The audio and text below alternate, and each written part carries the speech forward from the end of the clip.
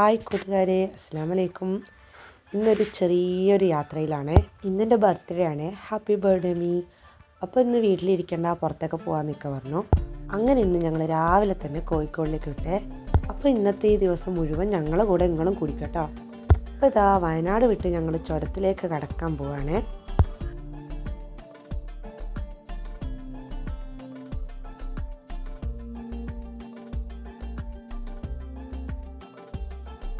അങ്ങനെ ചുരത്തിൽ വണ്ടി നിർത്തി ഞങ്ങളവിടെ കുറച്ച് വീഡിയോസും ഫോട്ടോസൊക്കെ എടുത്തേ. പിന്നെ ചുരം ഇറങ്ങിയത് ഞങ്ങളവിടെ നിന്ന് കാടമുട്ടയൊക്കെ കഴിച്ചു. എപ്പോഴും ചുരം ഇറങ്ങുമ്പോൾ അത് ട്രൈ ചെയ്യുന്നതാണ്. നിങ്ങളത് ട്രൈ ചെയ്തിട്ടില്ലെങ്കിൽ എന്തായാലും മസ്റ്റായിട്ട് ട്രൈ ചെയ്ത് നോക്കണം. നല്ല ടേസ്റ്റാണ്. ഇവിടെ നമ്മളെ പഴയ നൊസ്റ്റാൾജിയ മിഠായിസൊക്കെ ഉണ്ട്. പുളിമുട്ടായി, ഇമലി, തേൻമുട്ടായി, അങ്ങനെ എല്ലാ ഐറ്റംസും ഉണ്ട്. അപ്പോൾ അതെല്ലാം ഓരോന്നായിട്ട് വാങ്ങുന്നുണ്ട്.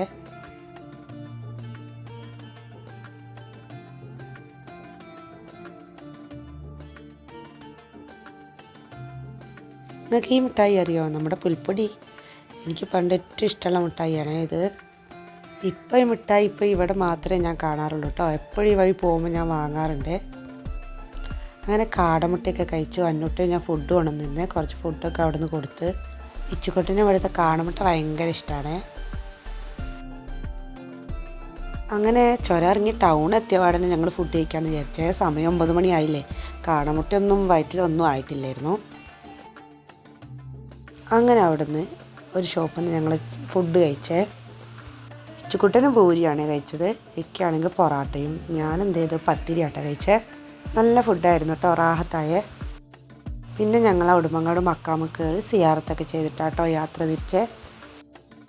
പിന്നെ മോനൊന്ന് ഹോസ്പിറ്റലിൽ കാണിക്കാനുണ്ടായിരുന്നേ. മോനിക്ക് ഈ ദശൻ്റെ പ്രോബ്ലത്തിന് പല സ്ഥലത്തും കാണിച്ചായിരുന്നേ. അപ്പോൾ എൻ്റെ ഒരു ഫ്രണ്ടാണ് ഇത് റെക്കമെൻഡ് ചെയ്തത്.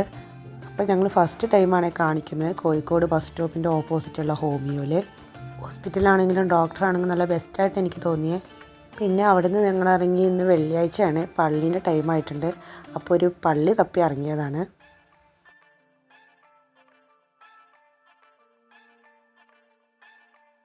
ഇവിടുത്തെ കാഴ്ചകളൊക്കെ നല്ല ഭംഗിയായിരുന്നേ.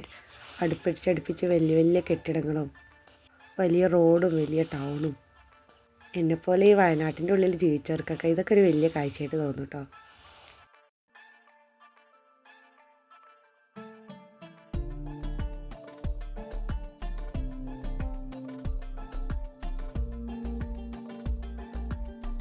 അങ്ങനെ ഇച്ചുട്ടനും പള്ളിയിൽ പോയിട്ടുണ്ട്. ഞങ്ങൾ വണ്ടിയിൽ തന്നെ ഇരുന്ന്. ഭയങ്കര ചൂടാട്ടോ, അവിടെ സഹിക്കാൻ വയ്യേ. അങ്ങനെ പള്ളി കഴിഞ്ഞിട്ട് ഞങ്ങളുടെ ഹൈലൈറ്റ് മാളിൽ പോയേ. ഞാൻ ഫസ്റ്റ് ടൈമാട്ടോ പോകുന്നത്. അടിപൊളിയാണ് കേട്ടോ. ഒരുപാട് കാണാനും നടക്കാനൊക്കെ ഉണ്ടായിരുന്നേ. അങ്ങനെ മാളിൽ നിന്നാണ് ഉച്ചയ്ക്ക് ഞങ്ങൾ ബിരിയാണിയൊക്കെ കഴിച്ചു.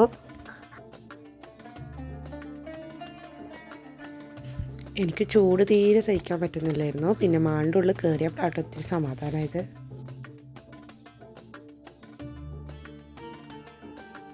അങ്ങനെ ഫുഡൊക്കെ കഴിച്ച് കുറച്ചൊക്കെ അവിടുത്തെ കാഴ്ചകളൊക്കെ കണ്ടേ. പിന്നെ വൈകുന്നേരം ഞങ്ങൾ കടലിൽ പോകാൻ വിചാരിച്ച്. അപ്പോൾ അതുവരെ ടൈം ആക്കണ്ടേ. പുറത്താണെങ്കിൽ ഭയങ്കര ചൂടുമാണ്, സഹിക്കാൻ വയ്യ. ഇത് ഓൾ ബോഡി മസാജറാണ്. മൂപ്പരായാലും കയറ്റിയെടുത്ത് ഞാൻ ഇച്ചോട്ടിന് കാർ ഓടിക്കണം എന്ന് പറഞ്ഞേ. അപ്പോൾ അങ്ങോട്ട് ചെന്നേ. ഇച്ചുക്കുട്ടിനാണെങ്കിൽ ഈ ഡ്രൈവിങ്, വണ്ടി ഇങ്ങനത്തിനോടൊക്കെ ഭയങ്കര ഇൻട്രസ്റ്റാണ്. അവൻ്റെ വാപ്പാനെ പോലെ തന്നെയാണ്. മൂപ്പരെ സന്തോഷം കണ്ടില്ലേ.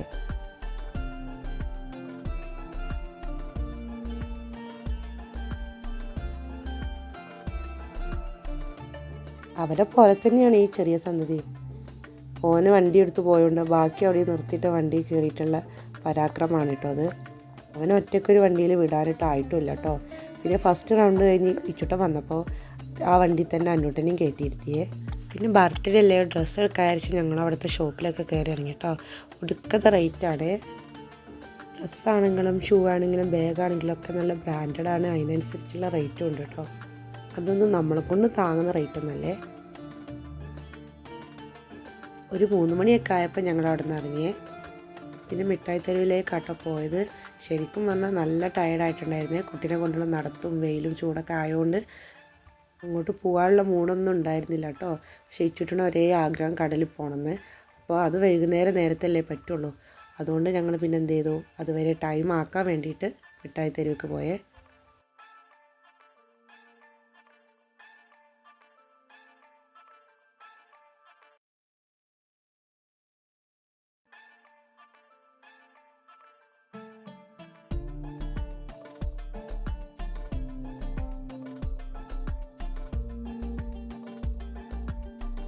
അങ്ങനെ മുട്ടായിത്തെരുവുക്കുള്ള യാത്രയിലാണ്. പോകുന്ന വഴിയിൽ റോഡിൻ്റെ സൈഡിലുണ്ട് നല്ല ഫ്രൂട്ട്സുകളൊക്കെ ഇങ്ങനെ വെക്കുന്നത്. അങ്ങനെ ഇക്ക അവിടെ പോയി കുറച്ച് ഫ്രൂട്ട്സൊക്കെ വാങ്ങി മിഠായിത്തെരുവിലെത്തി കേട്ടോ.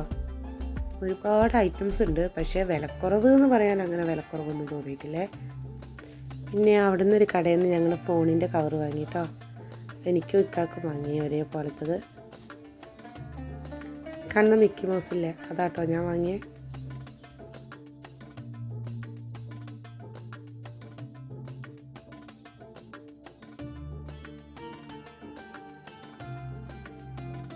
പിന്നെ ഒരു 5 മണിയായപ്പോൾ കടലിലെത്തിട്ടോ. നല്ല തിരക്കാണേ.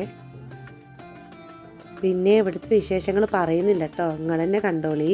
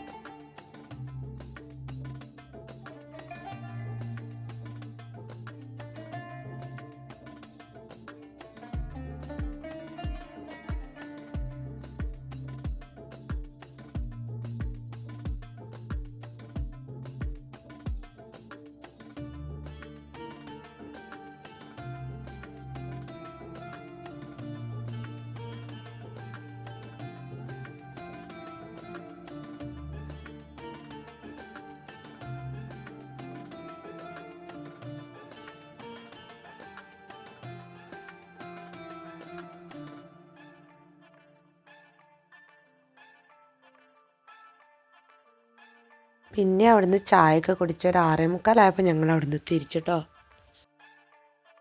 വരുന്ന വഴി പിന്നെ ഒരു ഹോട്ടലിൽ നിർത്തിയിട്ട് ഇക്ക പള്ളിയിൽ പോയി. ഞങ്ങൾ അവിടുന്ന് മോനിക്ക് ഫുഡൊക്കെ കൊടുത്ത്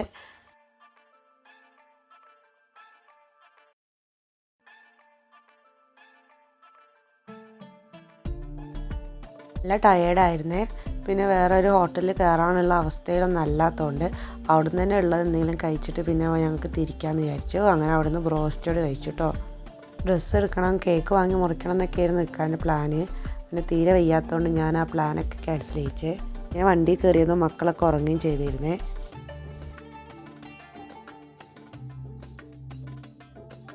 അങ്ങനെ ഞങ്ങളൊരു 9 മണിയായപ്പോൾ വയനാട് എത്തിയിട്ടോ. ഒരു 10:30 ആയപ്പോൾ വീട്ടിലും എത്തിയേ. അപ്പോൾ ഇന്നത്തെ വിശേഷങ്ങൾ ഇത്രയൊക്കെ ഉള്ളൂ. Tata, bye bye, see U.